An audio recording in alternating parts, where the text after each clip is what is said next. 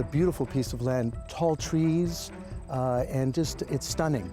Go away. It's a protected natural area within the Oak Ridges Moraine.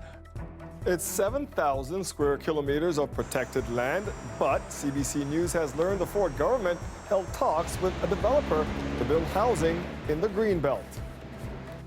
Those discussions went on for almost a year, involving the Ford government and a family that's given money to the PC party, and they come after Doug Ford promised not to touch the land. Our Queen's Park reporter Mike Crowley has this exclusive story. It's one of the last intact forests on the northern edge of the GTA, currently protected as part of the Greenbelt. It's like going through Algonquin Park. Rob Kennedy leads the local Ratepayers Association. He's hiked across the property. It's a beautiful piece of land, tall trees, and just, it's stunning.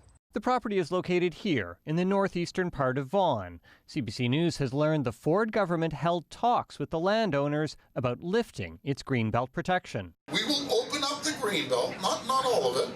We're going to open a big chunk of it up, and we're going to start building. This video emerged just weeks before the election.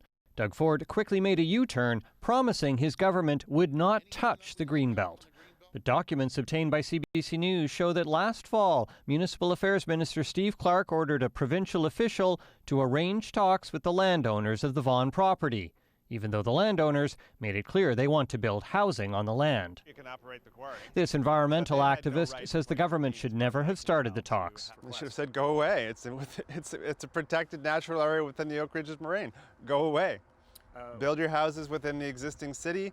In a statement, Clark said the talks with the developer went on for nearly a year, but no deal was reached, and the file is now closed. It seems like a sham. It seems like a lie. If you end up touching this, you end up basically deceiving the public.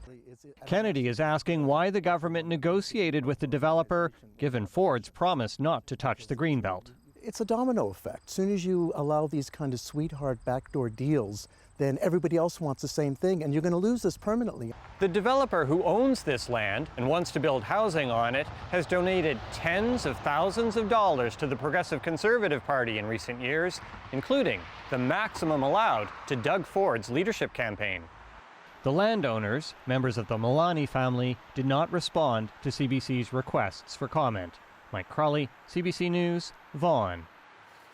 A Toronto woman called 911 to help an injured neighbor, but she got a recorded message.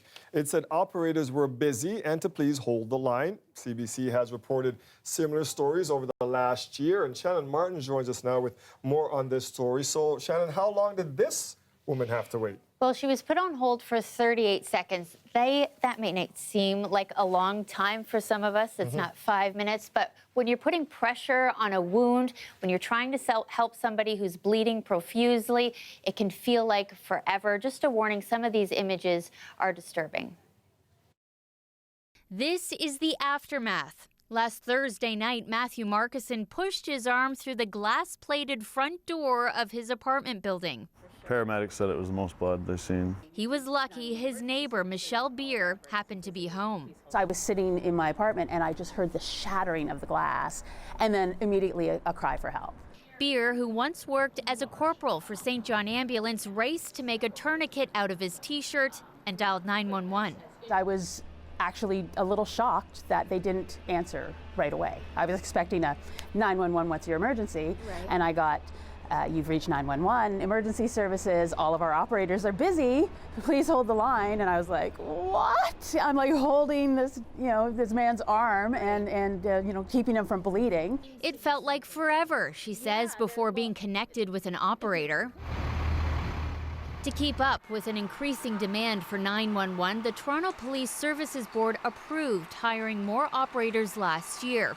The mayor says 53 new staff are on the job and in training. Sometimes people are put on hold, for example, because the operator is getting help from somebody else. It is a work in progress, a day-by-day thing in the sense you can always do better. And I think we've taken the steps to provide the resources to make sure they have the people necessary to answer the phone. The whole thing leaves you with some questions, though. Leaves me with some questions. I'm glad it was me. I'm glad it was me in that situation that helped. Had I been the one injured and sitting on the floor and somebody who didn't know what to do. Toronto police say they do understand how seconds can feel like a lifetime waiting on hold, but they're hoping that we see these wait times go down as these new operators gain experience. But we also wanted to mention, Beer says it took 15 minutes from her call to when an ambulance showed up. Paramedics tell us they are looking into that complaint as well, Dwight, but we know there is a growing demand for 911 in our city. Thank you, Shannon. And remember, if you have a story you would like us to look into, just send us an email. We would love to hear from you. TorontoTips@cbc.ca.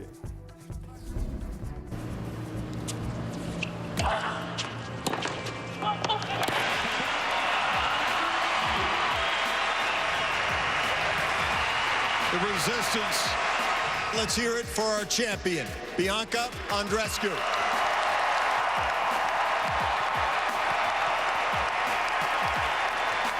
Definitely the crowd.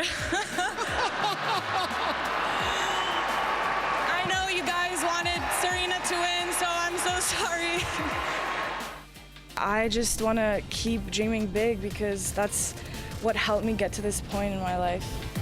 I just want to go back home and feel all the good vibes back in Canada. I am so proud to be Canadian. Oh, we've got some good vibes waiting back at home for you, young lady. It is a moment that Bianca Andreescu and Canada won't soon forget. The Mississauga teen won the women's title at the U.S. Open Saturday, while millions of Canadians watched and cheered her on. But now she's getting superstar treatment south of the border, too, and that could translate into big endorsement dollars. Greg Ross has more. Our next guest. The championship tour continued for Bianca Andreescu Monday in New York. Bianca, good morning. Congratulations.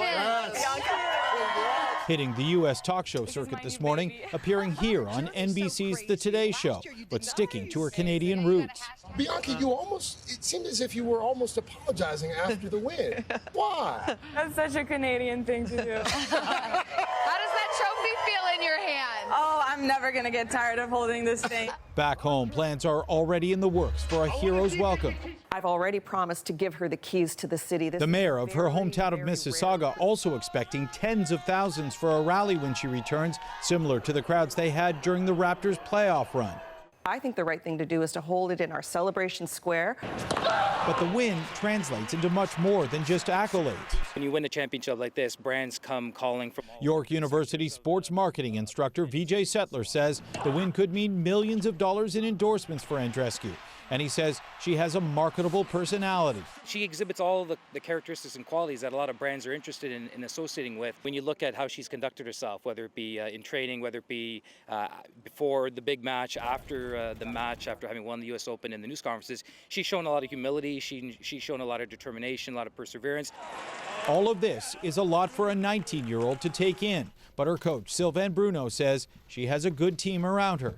I think we have a good connection, so as a lot of other things we'll discuss, and I think her parents are super good too, and the rest of the team as well. So I think she's going to have a good buffer and people who are going to keep her grounded. The Bianca excitement will likely only ramp up in the coming days as she's expected to return home to Canada later this week. Greg Ross, CBC News, Toronto. Get this, an incredible 3.4 million Canadians tuned in to Saturday's Grand Slam match. That's a higher average than the 2019 Stanley Cup Finals. Here in Toronto, more than half of everyone watching TV Saturday afternoon was watching Bianca Andreescu make history.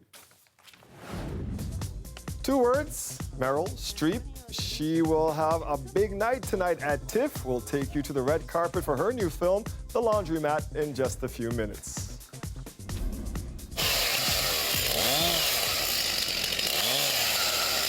Members of the Canadian Forces are now on scene helping people in Atlantic Canada to clean up after Dorian.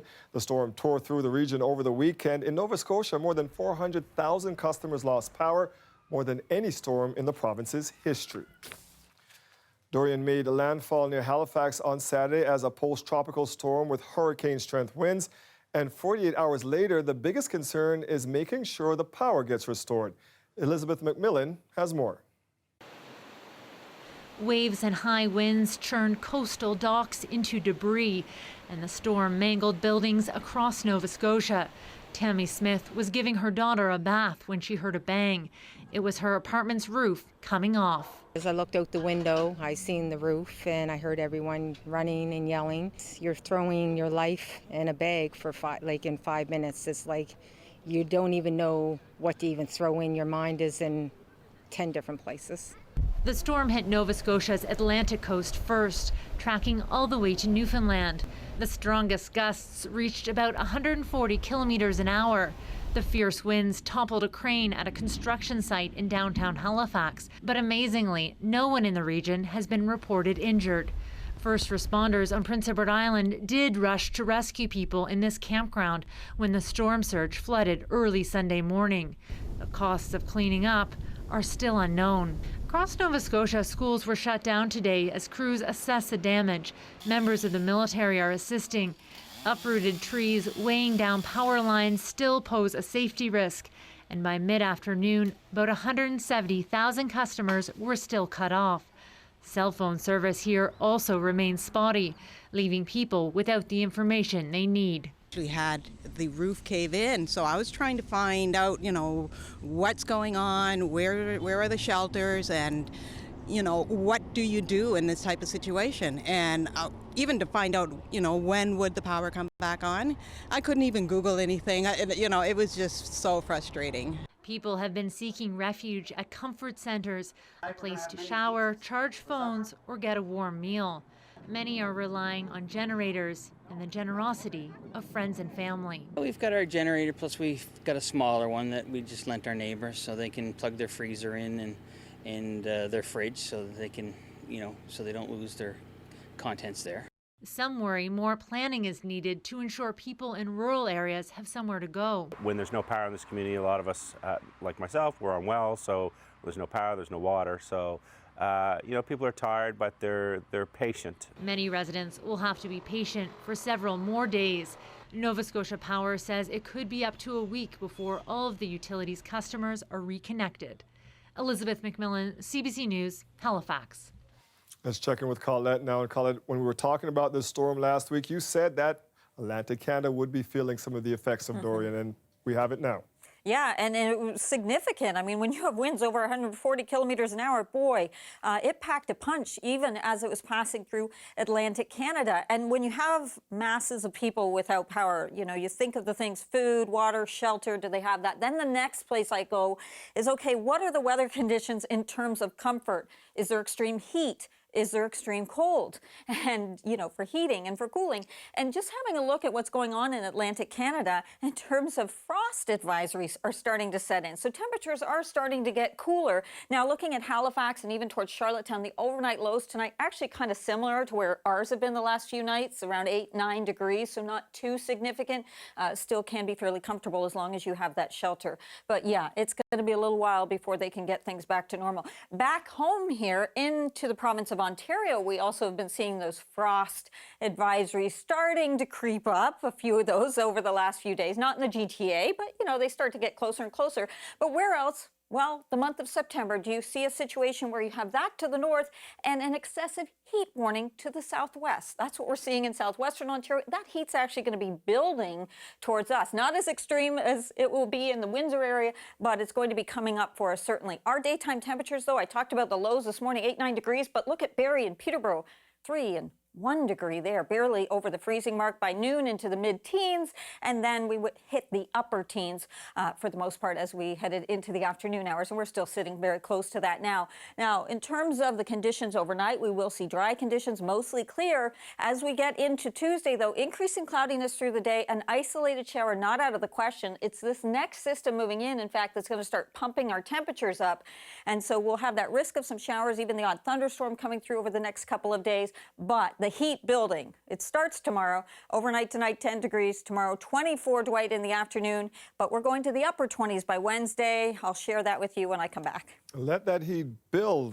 Yeah, I wish it would stick around, but right? we'll get into all that. Summer doesn't officially end for a couple of weeks yet. Thank you, Colette. You're welcome. It is one of the biggest movie stars and one of the biggest scandals. Meryl Streep is showing The Laundromat tonight. The story behind the Panama Papers documents leak. Ali Shahsan joins us live now from the red carpet. And Ali, it's a film that brings our world onto the big screen. Dwight, journalism doesn't always get the red carpet treatment, but when it does, it can be powerful. Have a listen. Journalism on the big screen. Maybe you think of the story of the two young reporters who cracked the Watergate conspiracy. White House. All the President's Men is an iconic example. They stumbled into leads. Certainly it comes as no surprise to you that Howard was with the CIA. No surprise at all. Not exactly a journalist's everyday experience, but when you do pull the right thread, you can make history, and Hollywood eats it up. People like to see a hero prevail, and journalists who get their story, they're a perfect example of that. And the latest example of journalism on the big screen is The Laundromat, based on the Panama Papers and the exposure of offshore tax havens, bad guys, and subsequent reckoning of said bad guys. The movie uses comedy as a tool to make one of the biggest news stories of 2016 more palatable for audiences. It's centered around Meryl Streep's fictional character rather than the journalistic feat that it was. Even if it's somewhat murky in the end, they still like that idea of the challenge and overcoming that challenge.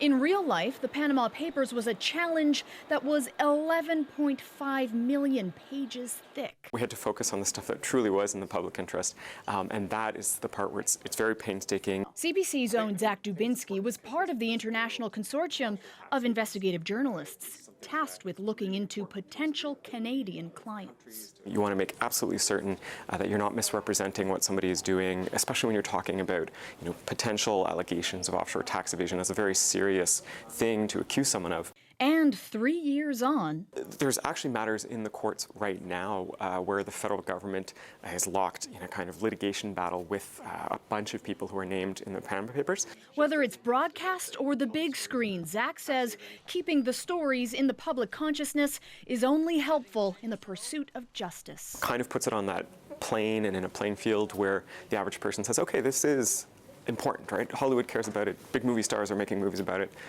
If journalists are also telling me about it, maybe I'll read that journalism more intensely and in a more focused way. Reporting, and now here's what Antonio Banderas, one of the stars of the film, hoped that viewers take away from it.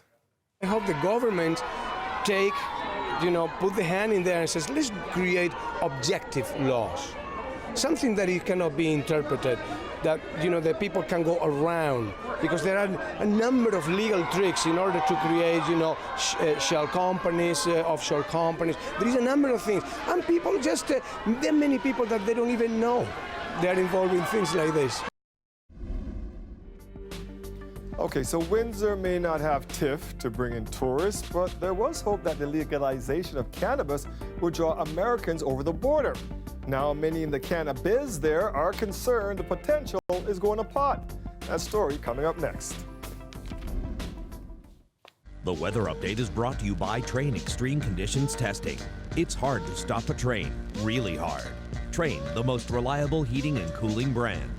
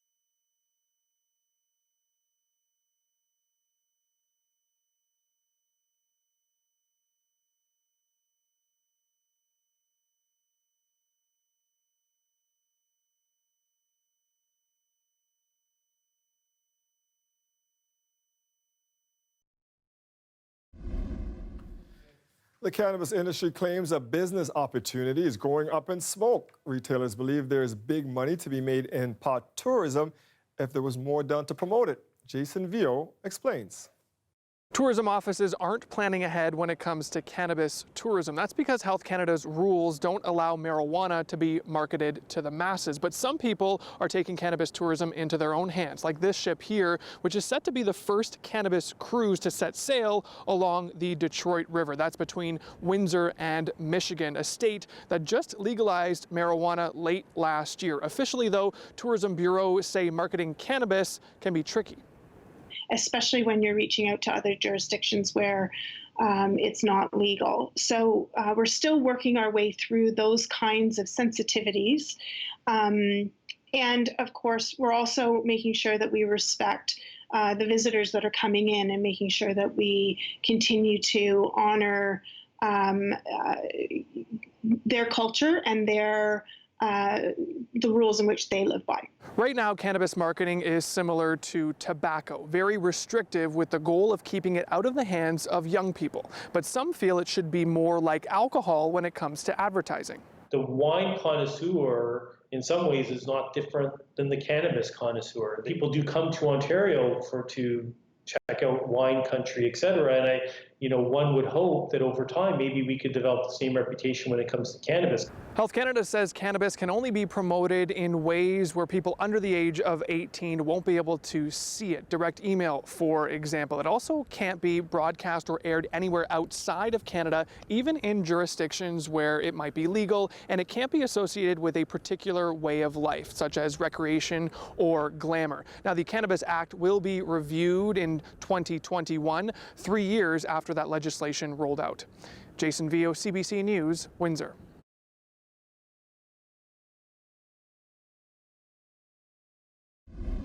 You don't get a lot of properties like this just selling a garage at $5.99. Sometimes people sever off a piece of lot and just sell it as a vacant land, but this one is a unique situation. The unique situation this real estate agent is talking about?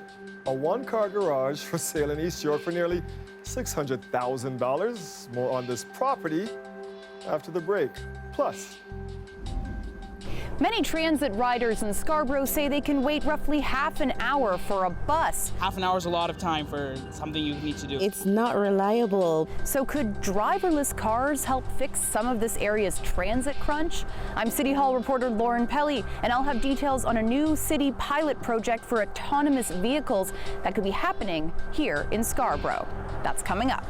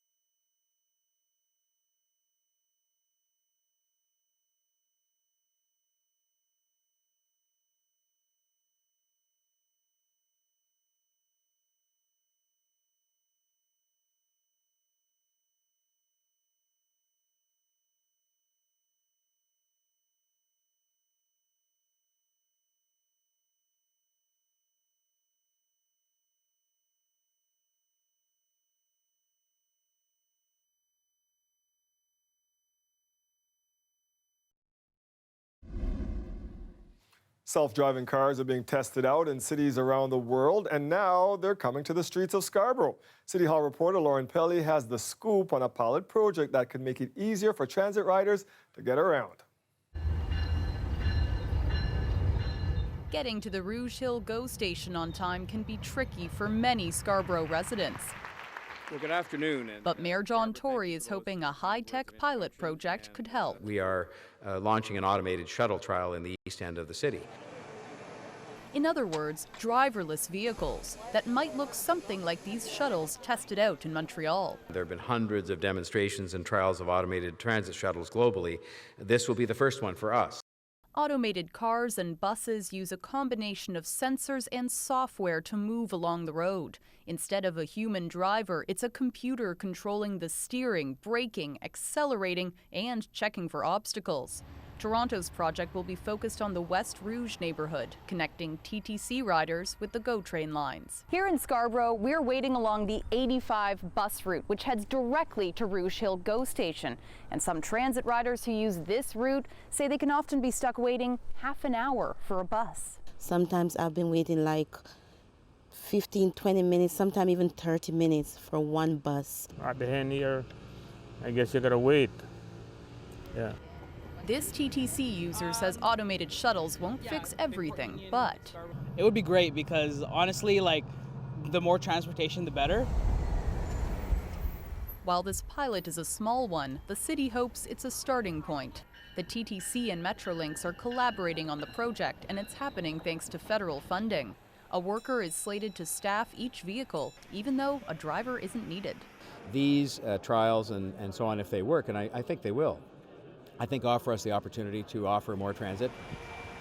Details on the number of shuttles and the route haven't been released, but public consultations are starting this fall. The city hopes to get the new shuttles on the road this time next year. Lauren Pelly, CBC News, Toronto. Could e-scooters be another solution to get people to transit hubs? They are growing in popularity around the world, and now our city is dealing with how to regulate them. Mayor Tory weighed in today. It is necessary for us to do it in what I've called a careful way. I've asked other mayors that I've come across from Canada and the United States, and they've described it all the way from successful to others who would describe it quite literally, to quote them, as a gong show. And so we don't want any gong shows in Toronto. Right now, it is illegal to operate an e-scooter on a public road in Ontario. The province is planning to launch a 5-year pilot that allows e-scooters to be driven on roads where bikes are already allowed. Now, drivers would need to be at least 16 years old and can't go faster than 32 km an hour. Right now, e-scooter company Bird Canada is getting around the current law with a pilot project on private property in the Distillery District. Bird is one of a handful of companies looking to get into the Toronto market, and today councillors discuss how to get ahead of the issues that come with e-scooters, like where to park them. Even if a rider puts it in the right place, it can end up in the middle of the right-of-way or tossed on someone's lawn or in the middle of the street pretty easily. And then it's the city's problem, and it's the enforcement around that is gonna be enormously expensive. Going up and picking these things up and then administering, giving them back to the companies, it's gonna be expensive. So we need to do it right. City staff say they have been working on e-scooter regulations for some time, but are waiting on the province to finalize their plans first. It's expected the city will have some sort of framework by the end of the year. Council will take another look at the issue in early October. It is pretty loud already. I mean, it's the first day. It's only just going to get louder, and it's been something I've been dreading all summer. Transit's messed up. I don't like it. All the detours and the buses. No matter what your form of transportation is, you'll have to give yourself some extra time if you're traveling through the East End. The busy intersection of Queen East, Eastern Avenue, and Kingston Road will be fully closed for the next 2 months. It's to allow crews to replace both the TTC tracks and the overhead infrastructure for streetcars. Sidewalk improvement work is also being done. The city says the construction will carry on 24 hours a day, 7 days a week. The rising cost of real estate in Toronto is nothing new, but how much is too much? A new property on sale in East York is turning heads, and the listing calls it a rare opportunity in a desirable neighborhood. But here's the catch. It's a garage. Hawaii Fidel explains. You're about 10 minutes walking distance to the subway station on Danforth. Nima Kadem works for the brokerage selling this property. He says a piece of land like this is in high demand in Toronto. So this is the property. It's a one-car garage and it's going for $599,000. Now, just to give you an idea of the size, I brought my measuring tape. It's 100 feet long and 20 feet wide. Now, this price might sound outrageous, but realtors in Toronto say given the potential of the property, that price is actually a steal. This is ideal to put up a two-story house with a finished basement, and you could look at anywhere from 1,500 to over 2,000 square feet of living space. A few doors down in the same neighborhood is another same-sized property. What has your experience been like so far? There's actually 2 adults and 2 young kids under the age of 5, and for us, there's plenty of space, right? We're looking at 2,100 square feet. The home was a bungalow, but was recently renovated to include a second story. He says now his home is actually one of the bigger ones in the neighborhood. So as far as size, it's more than enough, I think. Especially in this area, most houses aren't much larger than about 700 square feet in terms of footprint. This home is also sitting on the same size of property as the garage. It was sold for $2.1 million last summer. But is the potential of the property really worth almost $600,000? Most people I spoke to said no. No, I'm not surprised. I'm sad because it shouldn't be like that. Makes it inaccessible for a lot of young people. Can't get into this. Used to be a neighborhood where first-time home buyers could buy in, and it's not that anymore. According to the Toronto Real Estate Board, the supply is not meeting the demand for housing in the GTA, and the price gap between condos and detached or semi-detached homes is shrinking. This is why Kadem says buyers are looking for alternatives. They're opting for a detached home on a smaller lot because they can raise a family, they have a backyard, they have a garage, and it's close by all the amenities you need. But even so, not everybody is sold on this idea. If I had $600,000 lying around, no, I wouldn't buy it. The thing that shocks me the most about it is just how normal that seems to me now. I'm like, oh, that doesn't surprise me at all. But if I think about it a little more, I'm like, people from most other cities, definitely at least in Canada, would be super shocked by that. So far, there are no offers on the garage. Hawaii Fidel, CBC News, Toronto.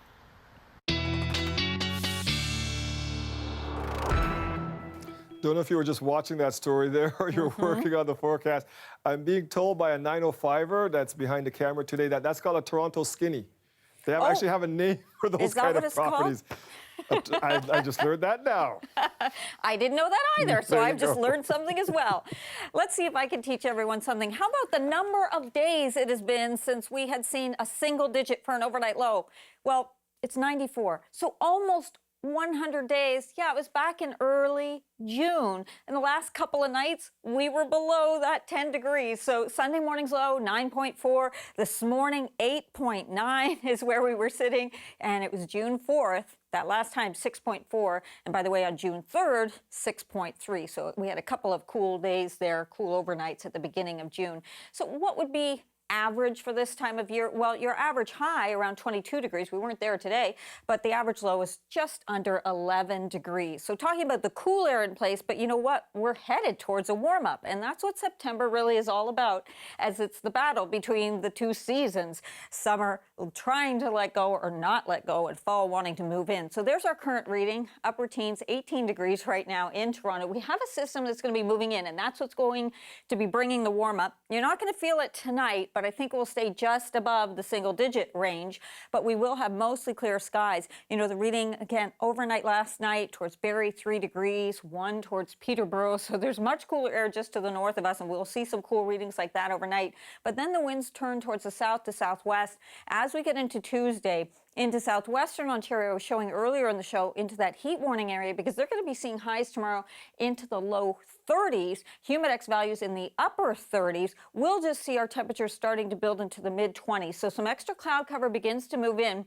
a mix of sun and cloud. But as we get into the afternoon and evening hours, we may see an isolated shower. So that potential is there. It's a little greater up into cottage country. And then overnight Tuesday into Wednesday, increasing chance there, so we'll see some enhanced showers around the area. But again, still scattered. Wednesday, getting into a mix of sun and cloud, and again, late day, that chance of an isolated shower or thunderstorm as the system is working its way in and building the humidity for us as well, even in the GTA. It's not just southwestern Ontario. Overnight tonight, your lows, Markham 9 degrees, St. Catharines 12. In between, we'll be sitting in the city around 10 degrees. And then for tomorrow afternoon, these are those mid-20s as those clouds are beginning to build in and that isolated shower risk there. So I'd have an umbrella around, but most areas are not even going to encounter any wet conditions. Just know Wednesday, the real heat arrives, upper 20s coming our way, feeling like the mid-30s. But then as the cold front sweeps through, we'll see some showers into Thursday and the temperatures cool back down, and they'll be more reminiscent of what we experienced through the afternoon hours today. And then towards the end of the week, things kind of leveling off temperature-wise back towards seasonal, Dwight. We like seasonal. Thank you, Colette. You're welcome. All 4 crew members trapped aboard a capsized cargo ship off the coast of Georgia have now been rescued. Their condition is relatively good for having spent close to 34 or 35 hours in the conditions they are in. The ship called the Golden Ray flipped on its side and caught fire on Sunday. 23 members of the crew were rescued, but fire hampered the search for the other 4. They were found today in the propeller shaft room near the stern of the ship. Rescuers used torches to cut through the hull. The rescued men are now in hospital. Boris Johnson has always said he will not delay Brexit, but a new law now forces the British Prime Minister to ask for an extension on leaving the European Union. Johnson isn't backing down, though, and as Cameron McIntosh tells us, he seems to be getting more creative. Well, for a man in a corner, Boris Johnson is still swinging. By law, he's now required to ask the European Union for an extension to the October 31st Brexit deadline. Today in Dublin, meeting with the Irish Prime Minister, he said he doesn't think an extension will be needed, not if all sides get together and get negotiating.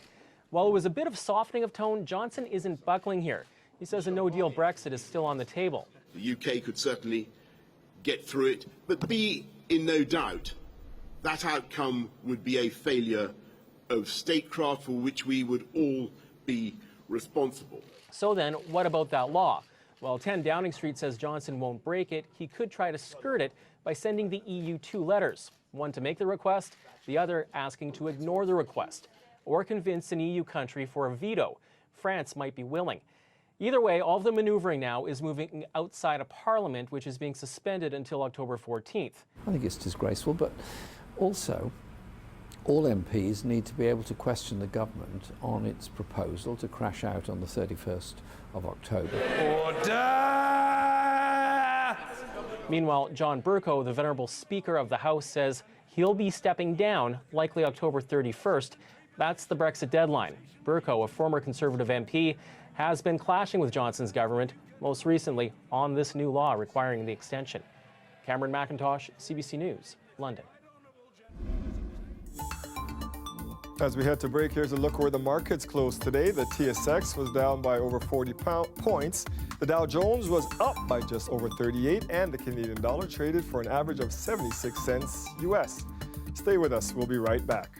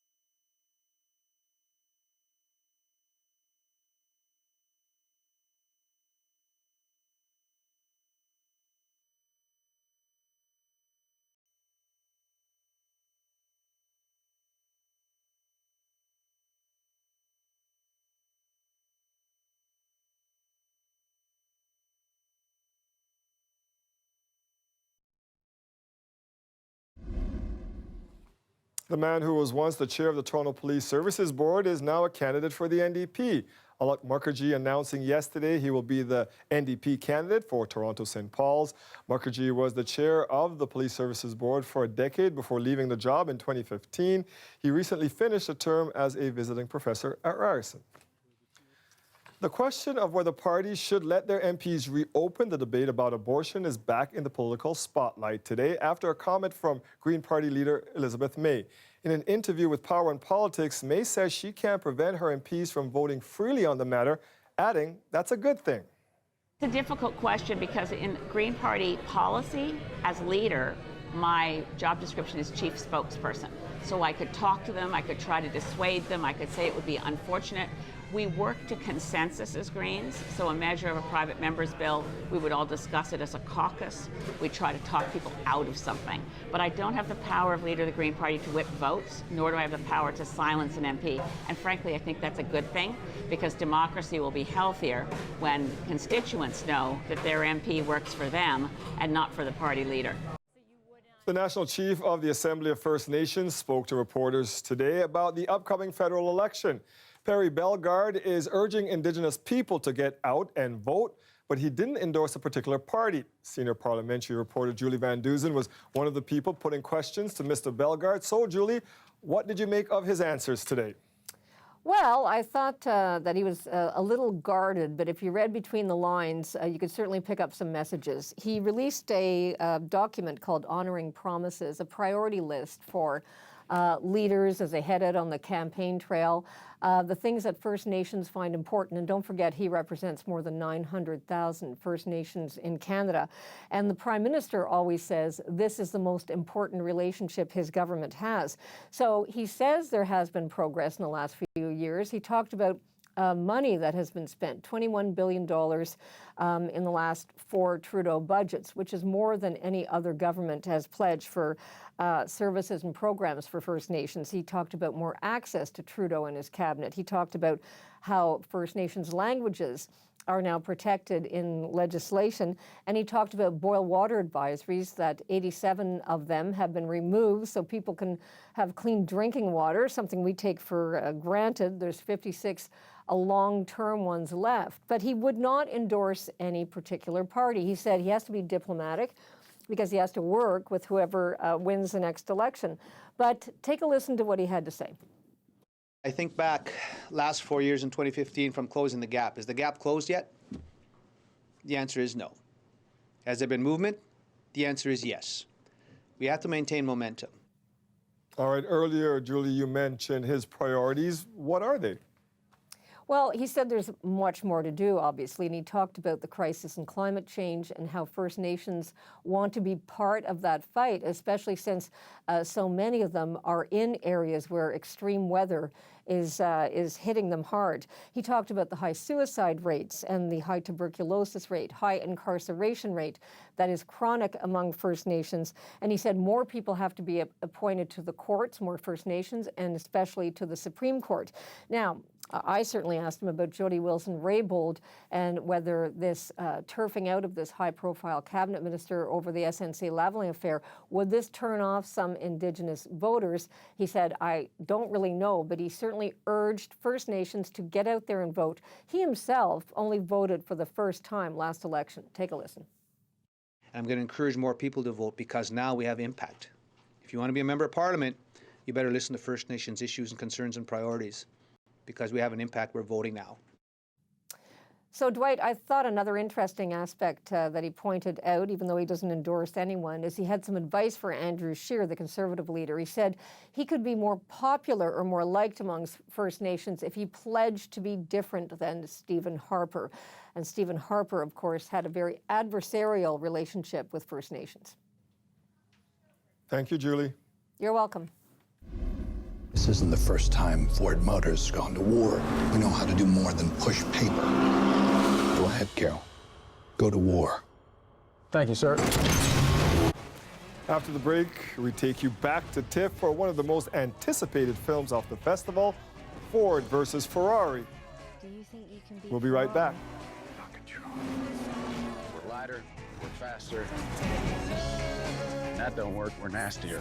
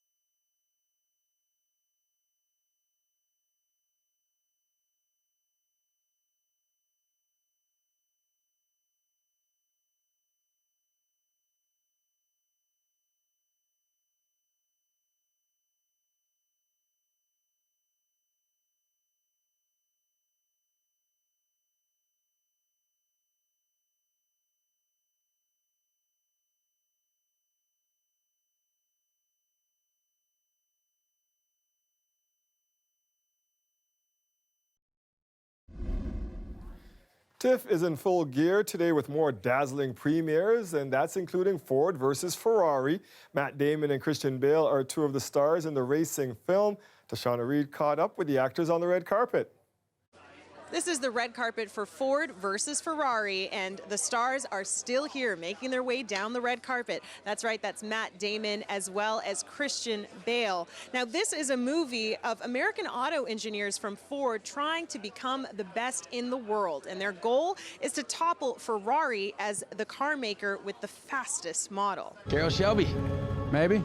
Lee Iacocca, Ford Motor.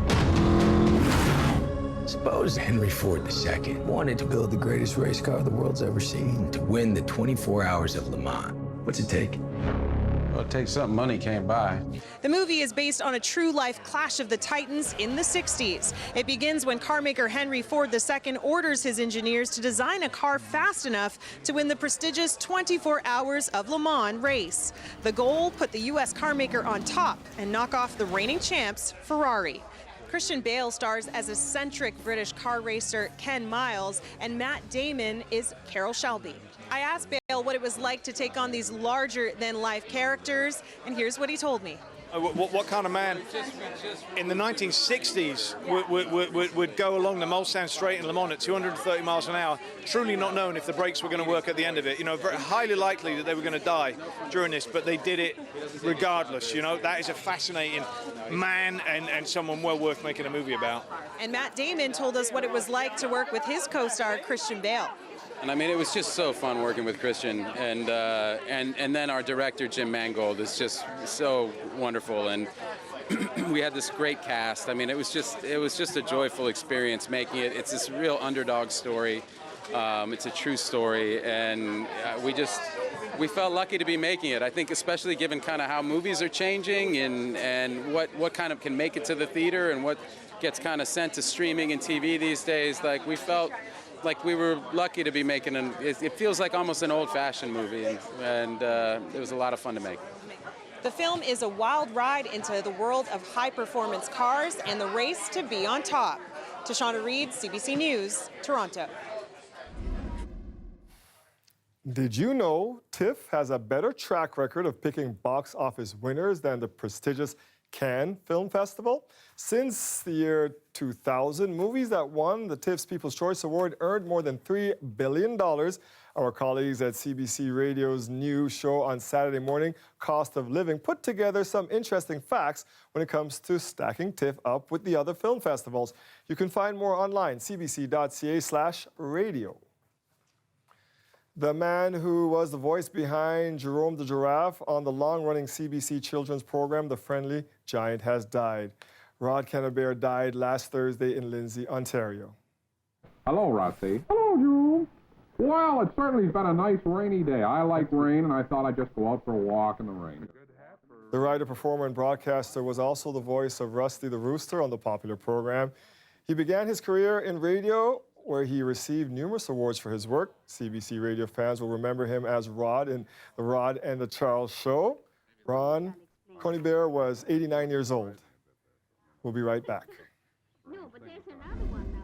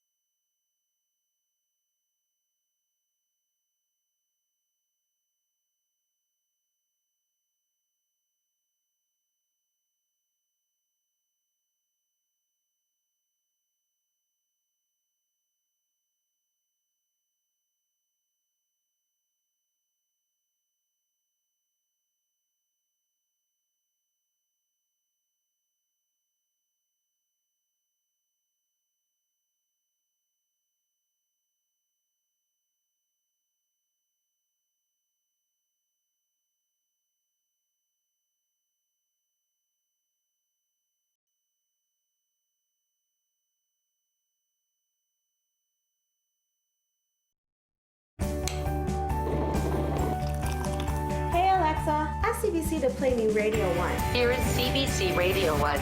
This is Metro Morning. I'm Matt Galloway. Some home buyers in Whitby are learning firsthand how volatile the GTA housing market can be. Good evening, I'm Mike Wise. We begin with a fast-breaking story at the Ontario Legislature. CBC Toronto, just a click away. You know that old saying, when life gives you lemons, make lemonade? Well, in Dartmouth, Nova Scotia, the power outages caused by Hurricane Dorian inspired an impromptu pizza party. Neighbors were using the community oven to cook their food, and when a local pizzeria got word, they brought over some munchies of their own, pizzas that otherwise would have spoiled with no refrigeration. We spoke to a few of the volunteers about how it all came about. One of our volunteers, Allison, all credit to her. She recognized that there was an opportunity for us to open the oven for everyone in the community. I put the notice out on social media that we might be having a storm oven. I saw Bernie's post and knew that our store had no power. So I said, hey, let's gather all this stuff up. We'll take it up to the park oven. Basically, anybody who wants to make a pizza today, here, it's on us. At one point, there was probably 30 people in line. We were cooking 2 or 3 pizzas at a time in the oven, and at no point were people ever impatient or walked off. The volunteers said they were able to feed dozens of people with the impromptu cookout. Just love it when communities get together like that in times of trouble. When you've got pepperonis, make pizza. I'm with you, girl, and a little lemonade to go with it too. So, you know, you said that we're gonna get some of the remnants of this storm, but it looks like they're surviving out there, even though there's a lot of cleanup to be done out in Nova Scotia. Yeah, that's right. There is a lot of cleanup, and they're still going to have to deal with some of these power outages before things getting back to normal. So, for us, we're pretty lucky then when we are looking at a few areas in Ontario, frost advisories, southwestern Ontario, heat warnings. How's that for extremes for you? What we'll be seeing in the GTA is just some warmth starting to build in. Not overnight tonight, 10 degrees with mostly clear skies. The temperature starting to come up tomorrow afternoon, though, a high of 24. An isolated shower possible in the afternoon. Greater risk overnight tomorrow night. And it's Wednesday. We're going to peak with this heat, right? We're headed to the upper 20s. You promised. That's our show for tonight. Thank you for joining us. Mike Weiss has you covered at 11.